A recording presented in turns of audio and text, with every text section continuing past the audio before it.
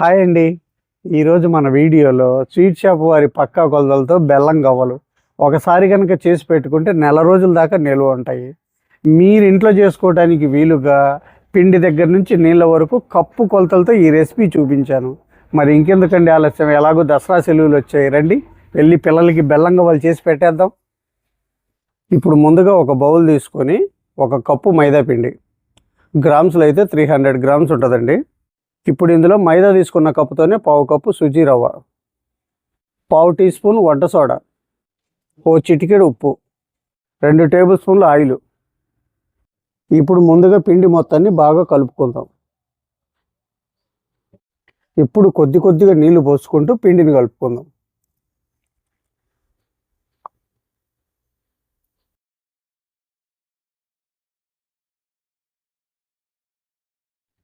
చూసారు కదండి, పిండిని ఇలా ముద్ద చేయడానికి నాకు పావు కప్పు కన్నా 1 టేబుల్ స్పూన్ నీళ్ళు అదనంగా పట్టినాయి. ఇప్పుడు ఈ పిండి ముద్దని మూత పెట్టేసి ఒక 15 నిమిషాలు పక్కన పెడదాం. 15 నిమిషాలు అయిపోయిందండి. మనకు కన్సిస్టెన్సీ ఇలా వస్తే సరిపోతుంది. మరీ పల్చగా కాకుండా మరీ గట్టిగా కాకుండా ఇలా సెమీ సాఫ్ట్గా ఉంటే మన గవ్వలు అనేవి పర్ఫెక్ట్గా వస్తాయి. ఇలా కలుపుకున్నాం కదా, చేత్తో ఇలాగా మరీ ఎక్కువైతే కనుక గవ్వలు పెద్ద సైజు వస్తాయి. కొద్ది కొద్దిగా ఇలా ఉండలు చేసుకుందాం. ఇలా చిన్న చిన్న ఉండలుగా చేసుకొని ఇప్పుడు గవ్వల చెక్క తీసుకొని ఇలా బొటన వేలుతో ఇలా ముందుకు ప్రెస్ చేస్తే సరిపోతుంది.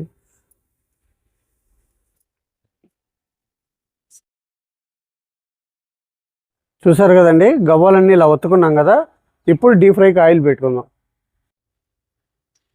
ఆయిల్ వేడైందండి. మనం ఆయిల్ని మీడియంగా వేడి చేసుకోవాలి.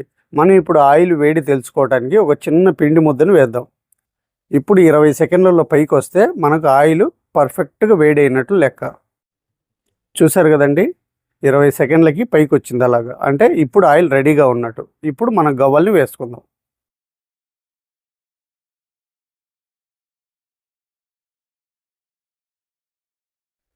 ఇలా వేసుకున్నాం కదా. ఇప్పుడు 2 నిమిషాలు అలాగే వదిలేస్తే వాటంతట అవి పైకి వస్తాయి. చూసారు కదండి, ఇలా గవ్వలన్నీ పైకి వచ్చాయి కదా.